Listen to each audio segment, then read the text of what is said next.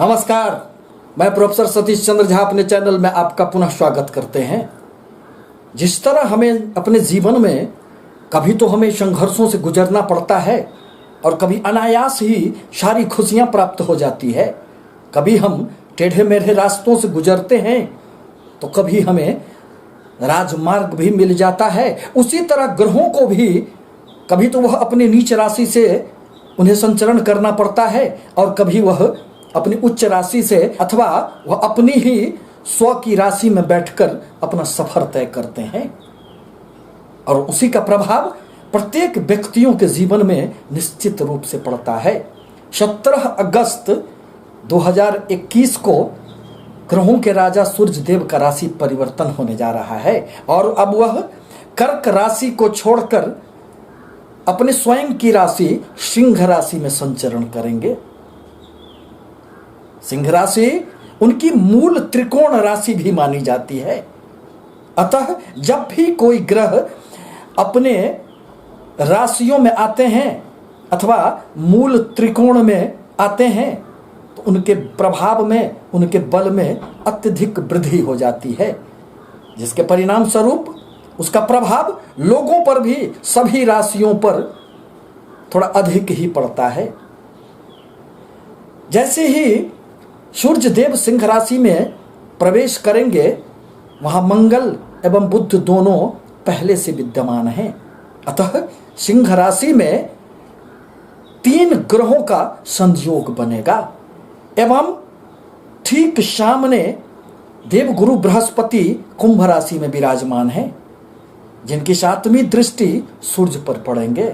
अथवा आप इसे यूं समझिए कि सूर्य की भी 7वीं दृष्टि देवगुरु बृहस्पति पर और बृहस्पति की भी 7वीं दृष्टि सूर्य पर पड़ेंगे। परिणामतः यदि किसी भी भाव में देवगुरु बृहस्पति की शुभ दृष्टि पड़ती है तो उस भाव के फलों में निश्चित रूप से वृद्धि मानी जाती है। परंतु एक समस्या यह भी आएगी कि सूर्य के प्रभाव से जो ग्रह उनके बिल्कुल नजदीक आ जाते हैं तो वह अस्तम हो जाते हैं। अतः मंगल एवं बुध अस्त भी हो जाएंगे। अब जहां तक प्रभावों का प्रश्न है तो सिंह राशि के साथ ही साथ मेष एवं वृश्चिक, मिथुन एवं कन्या तथा बृहस्पति प्रधान राशि धनु एवं मीन, इन सभी राशियों पर इस सूर्य के परिवर्तन का निश्चित रूप से प्रभाव पड़ेगा। परंतु आपको अपनी कुंडली में सूर्य की स्थिति को देखना आवश्यक होगा। क्या वह उच्च के हैं, स्वगृही हैं? इन बातों पर भी ध्यान रखना पड़ेगा। आपकी किन ग्रहों की महादशा, अंतरदशा, प्रत्यंतर दशा चल रही है, इन बातों पर विचार करने के उपरांत ही आप ज्ञात कर सकते हैं कि किसी भी ग्रहों का जो राशि परिवर्तन होता है तो गोचर का प्रभाव आपके जीवन पर क्या पड़ेगा। यह भविष्य फल पूर्णतः चंद्र राशि पर आधारित है। ग्रहों के राजा सूर्य देव को माना जाता है, जो आत्मा कारक माने गए हैं। यह पिता के भी कारक होते हैं एवं सरकारी कार्यों से जुड़े हुए लोगों एवं सरकारी क्षेत्रों में कार्यरत लोगों के लिए भी सूर्य देव वरदान साबित होते हैं, क्योंकि यह तो ग्रहों के राजा हैं, यह स्वाभिमान के ग्रह होते हैं। अतः यदि कुंडली में इनकी अच्छी स्थिति हुई तो जीवन में खूब सफलताएं प्राप्त होती है।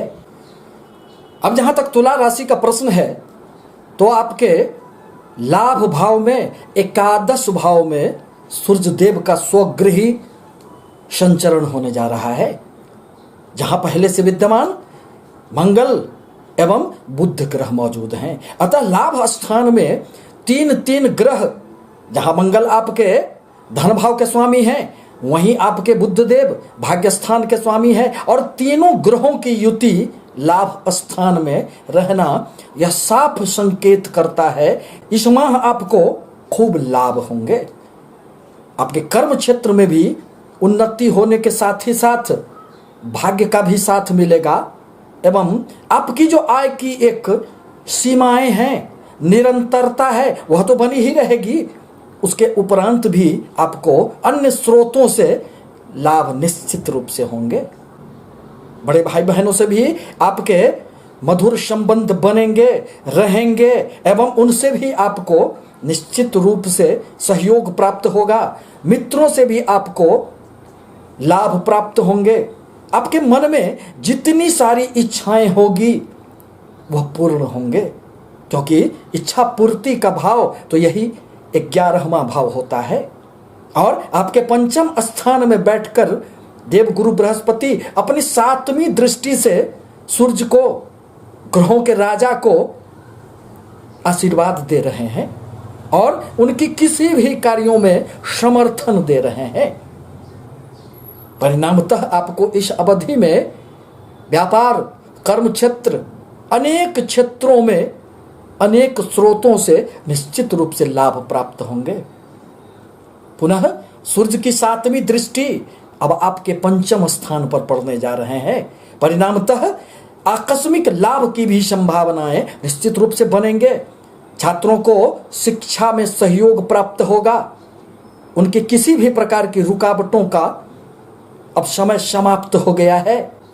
आप अपने संतानों के प्रति साकांक्ष रहेंगे और उनसे भी आपको इस अवधि में निश्चित रूप से खुशियां प्राप्त होंगे। परंतु प्रेम संबंधों के लिए यह गोचर सूर्य का बहुत अधिक शुभ नहीं कहा जा सकता है, क्योंकि सूर्य देव ग्रहों के राजा हैं। यह तो स्वाभिमान को बढ़ा देने का कार्य करते हैं, परंतु प्रेम में अहंकार का स्थान नहीं होता है, वहां तो समर्पण की बातें होती है। अतः आवश्यक है कि अपने मन पर आपको धैर्य रखना चाहिए। प्रेम संबंधों में एक दूसरे पर विश्वास रखते हुए आपको आगे बढ़ना चाहिए, ताकि किसी भी प्रकार के संबंधों में दरार न पैदा हो जाए। अब जहां तक वृश्चिक राशि का प्रश्न है, तो मंगल प्रधान वृश्चिक राशि के कर्म क्षेत्र में सूर्य देव का गोचर होने जा रहा है।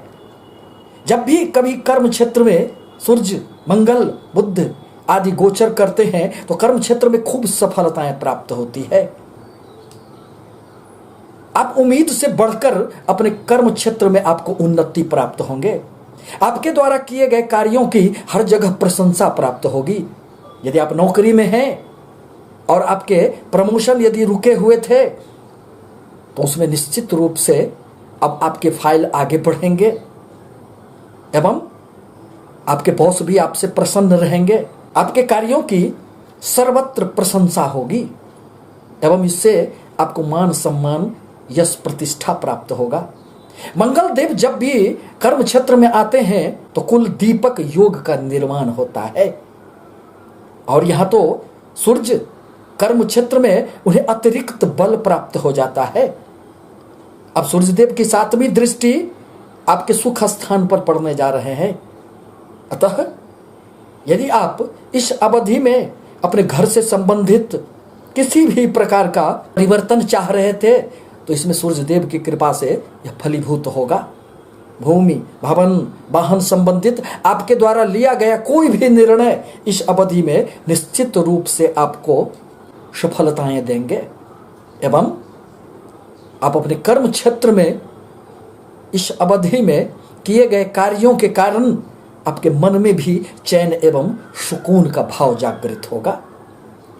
अब जहां तक धनु राशि का प्रश्न है तो आपके भाग्य स्थान में ही स्वगृही सूर्य देव का संचरण होने जा रहा है। जीवन में भाग्य का सर्वोपरि स्थान माना गया है, क्योंकि कहा भी गया है कि भाग्यं फलति सर्वत्र न विद्या न च पौरुखम। यदि भाग्य फलित हो जाए तो जीवन में अनायास ही सारी सफलताएं मिल जाती है। और अभी आपके भाग्य स्थान में 3 ग्रह विराजमान हैं, जिनके किसी भी क्रियाकलापों का देवगुरु बृहस्पति का भी आशीर्वाद प्राप्त है। अतः इस अवधि में आपको अनेक स्रोतों से खूब धन लाभ होंगे एवं आपकी लंबी दूरी की यात्राएं हो सकती है। समाज में आपके मान प्रतिष्ठा में भी वृद्धि होंगे, परंतु आपके द्वारा लिया गया बहुत सारे निर्णय थोड़ी सी कठिनाइयों में डालने वाला हो सकता है। अतः अपने किसी भी प्रकार के निर्णयों को सोच समझ कर लेना आपके लिए हितकर होगा। कुछ धार्मिक यात्राएं भी इस अवधि में हो सकती है। इस अवधि में आपके आत्मविश्वास में खूब वृद्धि होंगे, परंतु कभी कभी यही आत्मविश्वास अहंकार का रूप ले लेता है, जिससे निर्णयों में गलतियां हो जाती है। अतः सोच समझकर अपने कर्म क्षेत्र पर आपको आगे बढ़ना चाहिए। सूर्य की 7वीं दृष्टि आपके पराक्रम के स्थान पर पड़ेंगे, अतः इस अवधि में आप खूब मेहनत करेंगे, जिससे आपको सफलताएं भी प्राप्त होगी। छोटे भाई बहनों से भी आपके संपर्क बने हुए रहेंगे। छोटी छोटी कुछ यात्राएं आपके लिए सुखद कही जा सकती है, एवं इस अवधि में आपके पराक्रम में खूब वृद्धि होंगे। अब जहां तक मकर राशि का प्रश्न है, तो आपके अष्टम स्थान के स्वामी सूर्य का संचरण होने जा रहा है। स्वगृही सूर्य अष्टम स्थान में बहुत अधिक नुकसान पहुंचाने का कार्य नहीं करते हैं। इस अवधि में आपके आत्मबल में खूब वृद्धि होंगे, आपके आत्मविश्वास में वृद्धि होंगे। यदि आप राजनीति के क्षेत्र में हैं, सामाजिक क्षेत्रों में हैं, तो आपको इस अवधि में अनायास ही खूब सफलताएं प्राप्त होगी। आपके कार्यों की हर जगह चर्चाएं होगी और इससे आपको समाज में प्रतिष्ठा प्राप्त होंगे। सूर्यदेव की 7वीं दृष्टि अब आपके धन स्थान पर पड़ रहे हैं, जहां बृहस्पति देव विराजमान हैं। अतः इस अवधि में आपके कर्म क्षेत्र में उन्नति होने के साथ ही साथ यदि आप व्यापारिक गतिविधियों में हैं, तो उसमें भी सफलताएं प्राप्त होगी। छात्रों को भी मनोनुकूल सफलताएं प्राप्त होंगे। अचल संपत्ति का आपको लाभ मिलेगा एवं पारिवारिक जीवन में भी शांति बनी हुई रहेगी। अपने परिवार में आपको अनेक प्रकार की इस अवधि में खुशियां प्राप्त होंगे। कुटुंबों के साथ सामंजस्य बने हुए रहेंगे। स्त्रियों के लिए मांगल्य का यही स्थान होता है। अतः देवगुरु की कृपा एवं सूर्य के प्रभाववश उनके मांगल्य में शुभता बनी हुई रहेगी। परंतु स्वास्थ्य पर आपको ध्यान रखना निश्चित रूप से आवश्यक होगा। अब जहां तक कुंभ राशि का प्रश्न है, तो आपके 7वें स्थान में स्वगृही सूर्यदेव विराजमान होने जा रहे हैं। परिणामतः इस अवधि में व्यापार में तो खूब आशातीत सफलताएं प्राप्त होगी। यदि आप किसी भी प्रकार के साझेदारी के व्यापार में संलग्न हैं, तो उसमें भी आपको सफलताएं मिलेंगे।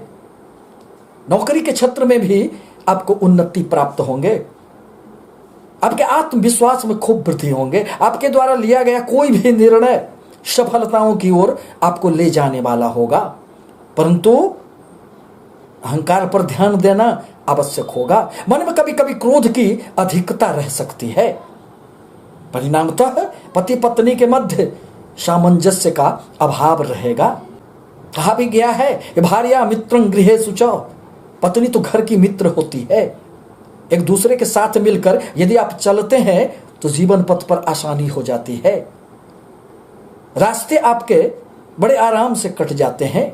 अतः आवश्यक है कि अपने मन पर नियंत्रण रखें, क्योंकि सूर्यदेव तो एक विच्छेदात्मक ग्रह माने जाते हैं, यह तो क्रूर ग्रह होते हैं। अतः ये किसी भी प्रकार के संबंधों में दूरियां पैदा करने का कार्य करते हैं।